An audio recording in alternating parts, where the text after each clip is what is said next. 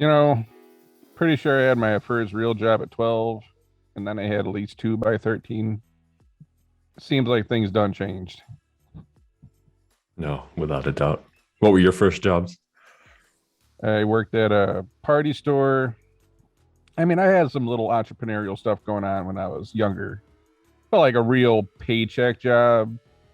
Worked at a party store, which that's what we call them in Michigan. I know I tell people in like New York, I worked at a party store and they thought I was making balloons and stuff. Yeah. It's a liquor store here. You sell booze, you sell pizza. But I ended up working at two of those, which, it kind of tells you how careers work. Your experience at this job sets you up for the next job. So when someone else knew I already worked at a party store, they're like, oh, you already know what to do. So I picked up more hours. Dennis, what was your first gig? Worked at my dad's restaurant. I was a dishwasher and a busboy at like 13. How many pancakes you eat? For some reason, I only remember cheeseburgers. Oh. Yeah, I'll eat a cheeseburger for breakfast. Times have changed. Times done changed. Like I was out, I'd rake leaves. I would cut grass. I'd shovel snow. I'd knock on doors until I get an old lady to give me $1 to take her trash out. I sold crab apples at one point. It was nice having your own money. Like, you want to go ask you? I want some Hostess donuts right now. I got to go ask my parents for $2. Mm-hmm. I'd rather go cut someone's lawn. And I think, watching my father work in a steel factory, Dennis, I'm sure, just being in that restaurant just taught you work ethic. And that's where it all started. It was, my father was not the most, we'll use a few words here, but I think that the smartest thing he ever said to me was, it's out there, go get it. And this is from a guy that, made no money an hour at a steel factory. And I always believed that if I worked hard enough, I would get it. And I feel like I got it. Yeah, no doubt. I just to set up the conversation here, this article talks a little bit about that change that you guys are touching on, which is what's happened basically between talking about the pandemic, maybe before the pandemic, and then even going back decades. Why has there been this shift to where it seems like people are so easy to leave the workforce? And it's interesting from our perspective and the different lines of work that we do, because the labor shortage impacts everything. And so I was just very interested to learn from you guys what you think is driving this change, and is there a way that we can end it so that we can get back to where there's what the New York Times here is saying is anti-ambition, get back to a place where people are ambitious about their careers, and we can close this labor shortage or close the jobs gap, because it's hurting the economy. And I think over a long enough time horizon, it'll affect American GDP, it'll affect American productivity. And then how do we compete on a global level if we have a workforce that's inclined to leave when it gets difficult? It's inclined to just sit on the sidelines and see how things are going. I mean, I felt like this started, I felt like 2000 to 2010, even after the recession, like people were still on that, I want to like make money, I want to grind, I want to have things. After the recession, I felt, things started to bounce back. And, we obviously operate in the career services space, recruiting, all that fun stuff. It wasn't like 2012, but you started to see people's attitudes change towards work more and more every year. But the last 5 years, really picking up pace. And I started to look around and say, for this many people to feel this way, where is it coming from? Is it the media? Is it the movies we watch? Or is it the schools? And again, from the other company we're a part of, Employment Boost, when you're helping someone, on career planning and trying to figure out how to get them to where they want to be in life. We joke, but it's real. Where it's your mid-20s, your late 20s, and everyone wants to work for a nonprofit. And then we ask the question through the process, well, what do you want to do when you came out of like high school? It's like, well, I want to be a merchandiser in New York City, or I wanted to be a sports agent, or I want to be a doctor, I wanted to be a lawyer. But it's like, but you came out of college, wanted to work for a nonprofit. So you really dig into like how much influence school and maybe the news and the media has had kind of, there's a lot of talks of socialism now. If you jump on Twitter, you read some of the stuff going on, and you think, like, where is that really coming from? Are you telling me that many parents, like Gen X parents, were starting to push that? The boomers were pushing that, and now I think we're really starting to see the outcome of all that. Where, what's the anti-work thread in Reddit? Like 1.5 million subs. Yeah, something crazy. Yeah. So it's definitely been more of a shift towards, what can someone give me? And I grew up differently, and I will live that way the rest of my life, where I never wanted to wait. I never wanted to settle for what someone was willing to give me, because that's all I'm going to get, right? I'd rather go out and do whatever I have to do so I'm completely in control of my own life. I don't want to sit around and say, oh, you're going to give me 2 slices of pizza for dinner and that's it. I want a whole pizza. I'm a greedy person. So.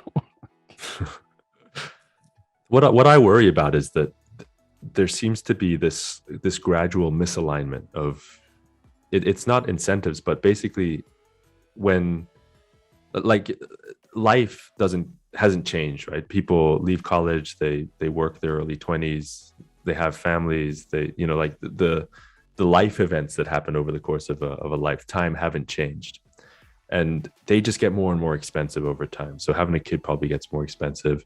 The stuff that happens in middle age and midlife crises and things like that, they get more expensive. Retirement then gets more expensive. And we were talking about this on another episode, James, but that there's a chart, or there's this sentiment that people don't realize that your earnings over the course of a lifetime dip. It looks like a bell curve versus a kind of a linear straight up thing that most people think is I'm going to make money forever. I'm going to make more and more and more and more. But what actually happens on the aggregate is that people make a lot of money, or they max out their career earnings at around 40, 50, and then it tails off as you head into retirement. And so if you aren't setting yourself up, you really struggle those last years of kind of natural life. If this slow chipping away of what it means to work in your 20s and in your 30s and your 40s, and we make that less attractive, people lose ambition. Those life events are still there, and they cost money. And what then happens to society if people can't afford to do the things that your parents did at the ages that your parents did them? If you're having kids at 45, for example, and your parents had them at 35, like there's this natural comparison that happens, I think, as human beings, and what does that do to the psyche of society? But I think it's all driven by work, right? That constant is that you've got to work to be able to fund and afford these things. And that's the misalignment that I think is starting to get a little bit scary. Dennis, I'll give you this scenario. Would you want to spend 7 days a week harvesting your own fields, shooting your animals for food and clothes, building your own shelter, or do you want to sit in that Herman Miller $1,000 chair doing business from your laptop for 50 hours a week? Choose one.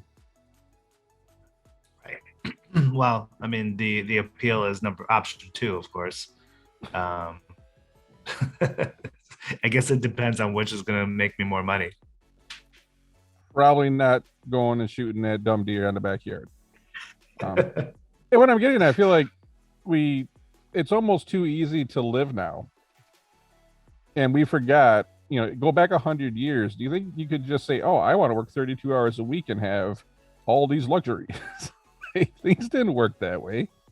And we're adjusting. We want to do less and less and less, but we want more. And have either one of you seen that work out for anybody?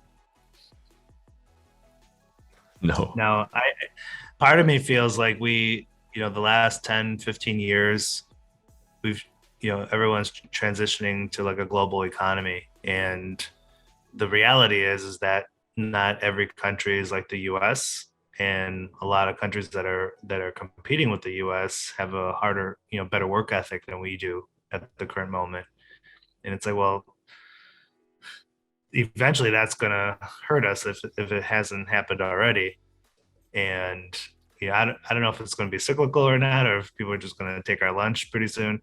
but I feel like it's heading in that direction. And there's this push about becoming like a global economy and, intermixing with other countries, of course. But in order to do that, I feel like the work ethic still has to continue on our end, but it hasn't.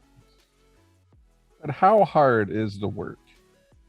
And I think that's another issue we have is if there's a big difference between I don't want to do that job and there's no jobs. There's plenty of jobs the last time I checked. There's also plenty of people just saying I don't want to do that job for a whole bunch of reasons. It's not what I want to do. It's not my passion. It's not my love. And I think that's where we're in this issue now, where we've been programmed that if the job isn't what we want to do, what we love, or a passion, then it's meaningless. And you shouldn't do it. You should just sit at home and not and only consume from society, not actually give back to it. And that's why I use that reference of the back in the days when you had to do everything for yourself versus how hard is today. When I look at the job my father did in a steel factory, working 60 hours a week in front of my MacBook, drinking my Nespresso at whatever temperature I would like the house, 63 degrees or 72, seems really goddamn easy compared to my father working in the steel factory near like a blast furnace and 102 degrees. How can I complain? Like, you shouldn't. Same with my dad. I mean, 50 plus years working in the kitchen. I mean, his forearms are twice the size of mine just from carrying those pots all those years. But, I don't know if I could be, he just retired a couple years ago, right around COVID at the age of 75. And that's because he just didn't want to stay home. I don't think we have that anymore. You're like half his age and you got to hand him the jar to open. You're over there beating on it with a spoon. This thing won't crack. Oh, let me get that for you. It's like, we're seeing that, where we don't have CNC programmers, we don't have welders, we're running out of truck drivers. People don't want to work and become nurses anymore. We all want to be social media managers and work at a Starbucks. And make 85,000, right? I just think, at some point society does fall apart if everyone stopped doing jobs they didn't want to do, would this world exist the way that we live right now? No. Right. And I think that's the bigger issue. But what I really hate seeing, even on the employment boost side, you have a customer come in and they're not where they want to be. They fell for this. They fell for it. They spent a decade doing this. I shouldn't have to work 40 hours. I got to do what I love. Hate work, hate corporations, hate my managers. And then you're like 30, 32. It's like, I want to get married. I want to get my school debt paid down. I want to have children. I want to buy a house. It's like, well, you need this whole paradigm shift. And you don't got to work 80 hours a week, man. But you have to realign what you plan on doing for work. You already wasted a decade. And to what Kane said about that bell curve, you don't go from 20 to like 60. You got to work 40 years, roughly 45 years to get Social Security these days, which won't be enough. But that line of income does not go straight up unless you're like in the executive suite. So you're going to peak around 40, 45, and then it starts to tail off. You already wasted 50% of that believing in this, don't work and looking for handouts type of mentality. So now you're 30. And we got to figure out how to get you a career moving in the next 5 years so you can start getting your school loans paid off, save up some money for a house, afford a wedding, and have kids, because who wants kids at 45, or new kids? And then it's like, well, then we got to start saving for retirement. And I'm saying, don't waste that decade believing in this BS. Your number one responsibility on this planet is to provide for yourself. Don't believe in this. And no one says work 60, 70 hours a week. But you can put in an honest 40, 45 and still have work-life balance. I talk to my friends in New York. They still say 40 hours is part-time to them. So this life ain't that bad. Yeah, yeah. Let me pose this question to you guys. America, or the U.S. economy, is the most robust. It's the largest economy in the world.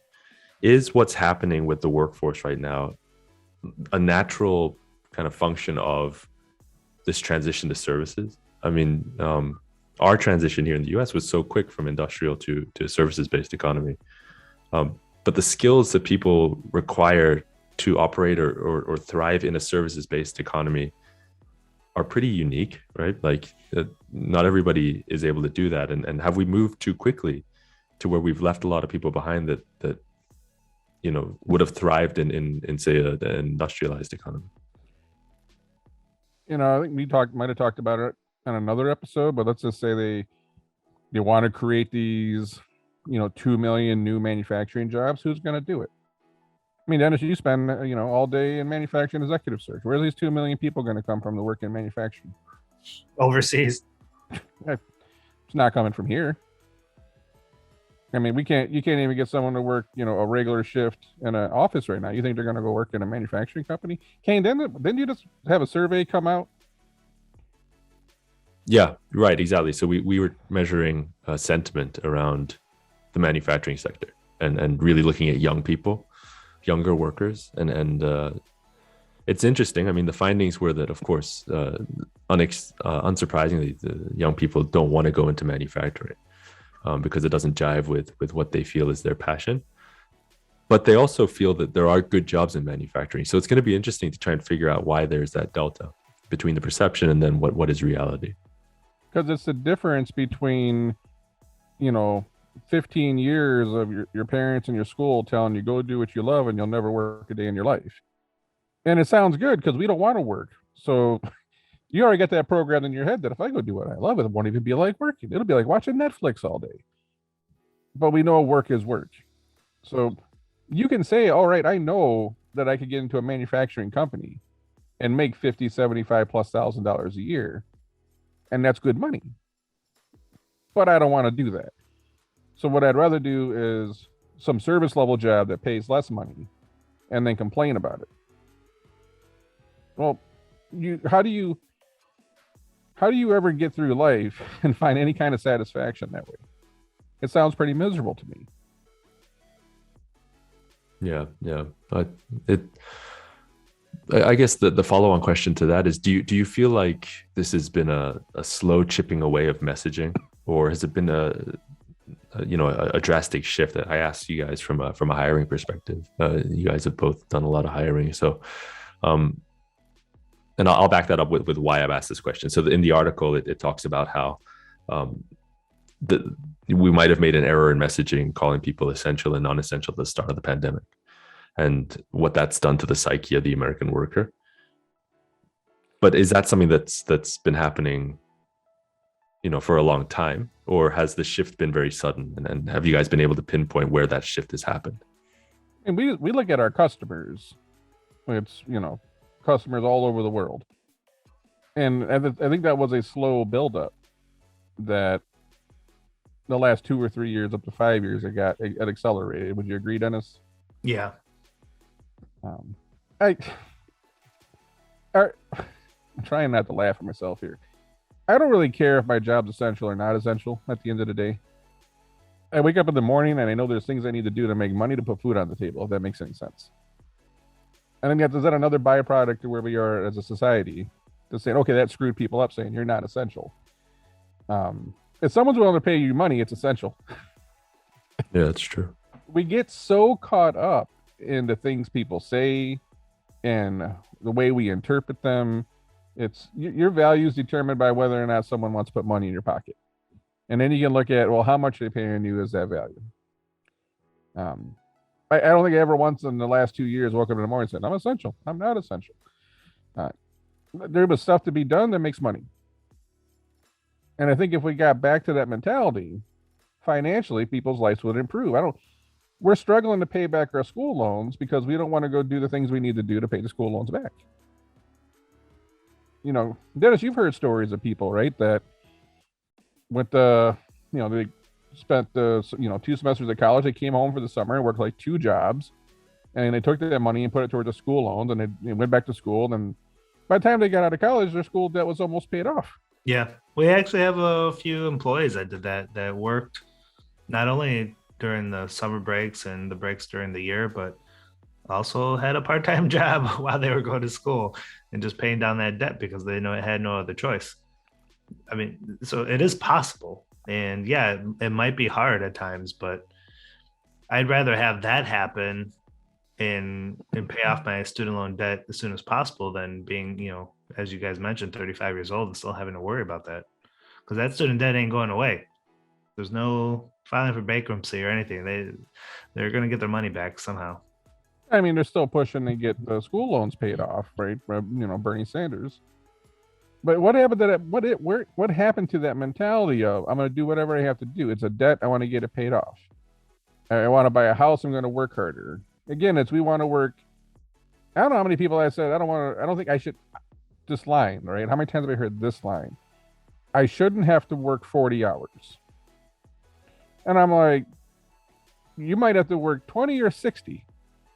You figure out whatever you got to do to get your rent paid and put food in your mouth and take care of your family.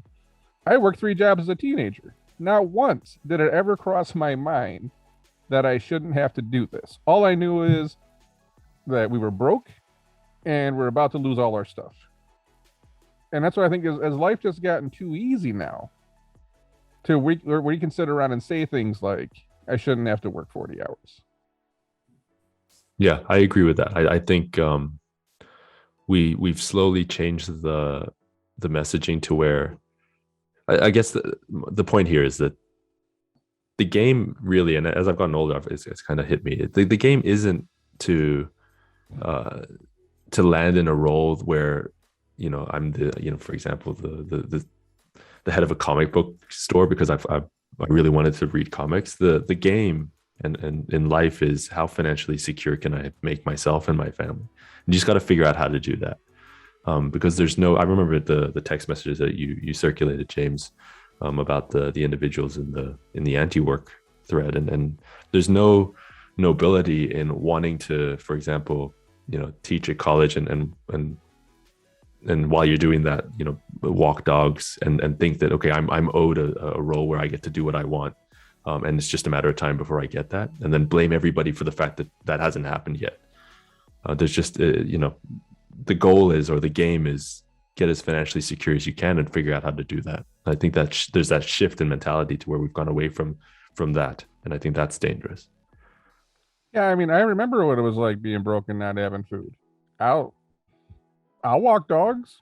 I'll work at a party. Like I don't care. I'll never go back to that. Right.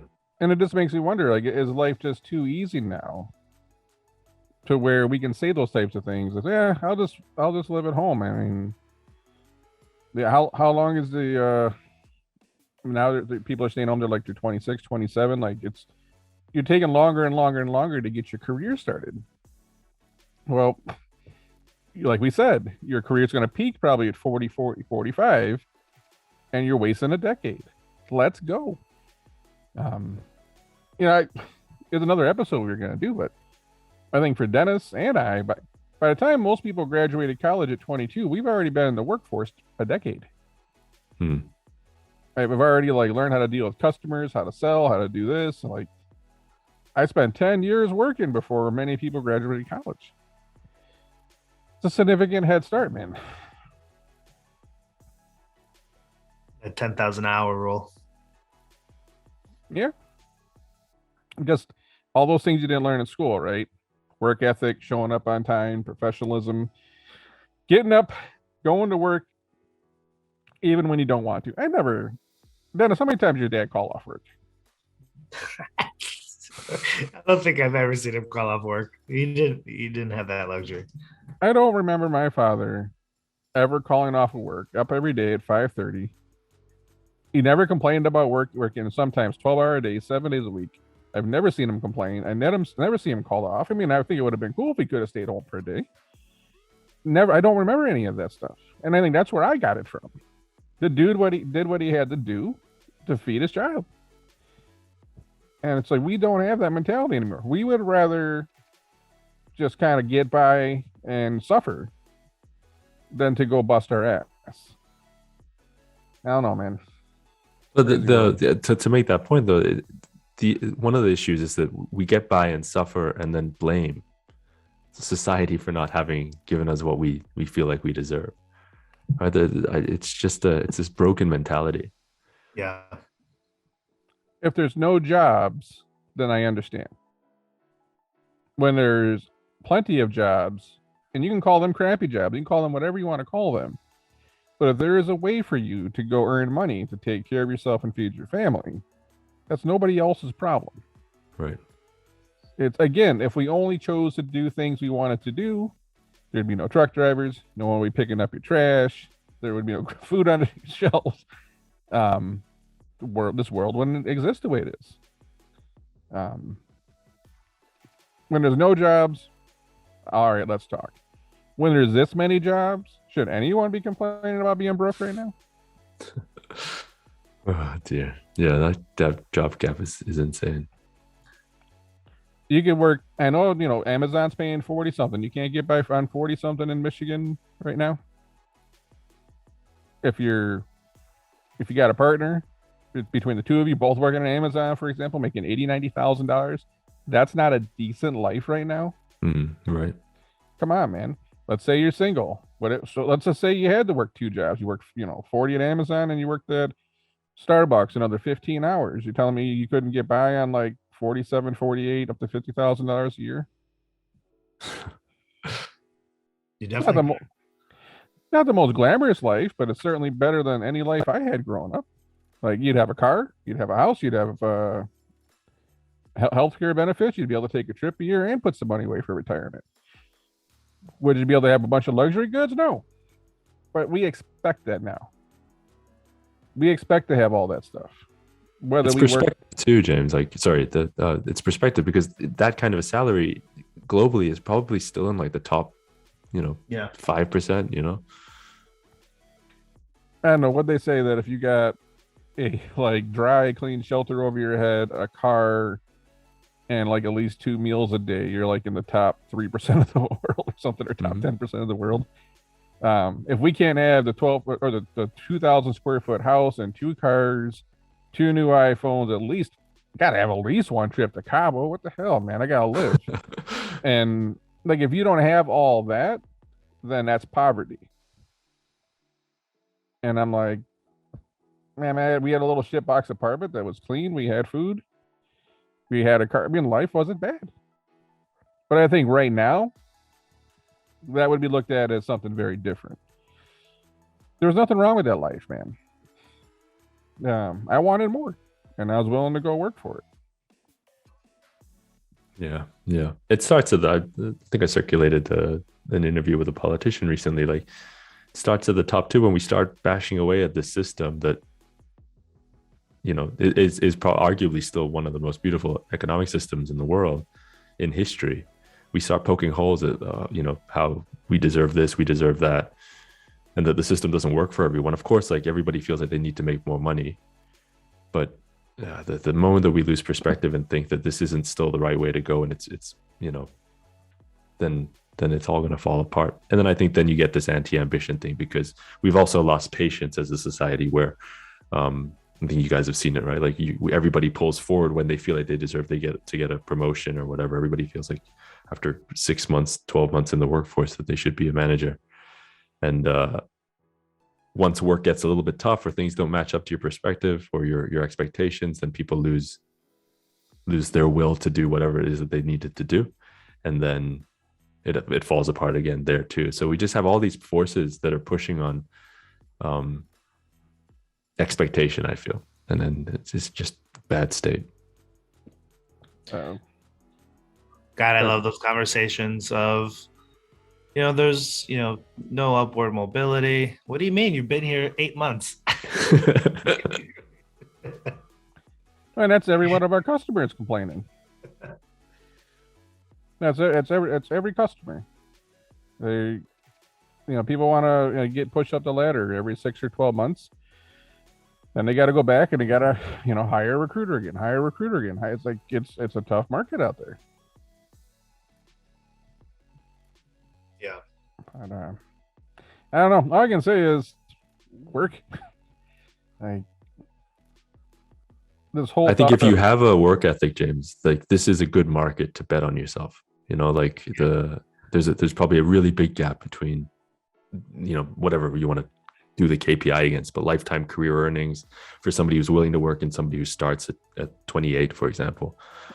If you're willing to work, I think you should bet on yourself in this market.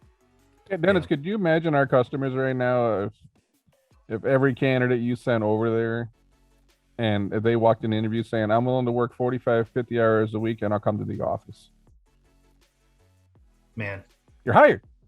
Right. Like, so I think if you have that attitude right now, and again, we're not talking about working 80 hours here. We're talking about, can you get in an hour early every day? Can you get in a half an hour early and say a half an hour later and be productive and come to the office? Like, you're right, Kane. There's a tremendous amount of opportunity to leave everybody else in the dust that is living by this, you know, kind of anti-work, work from home.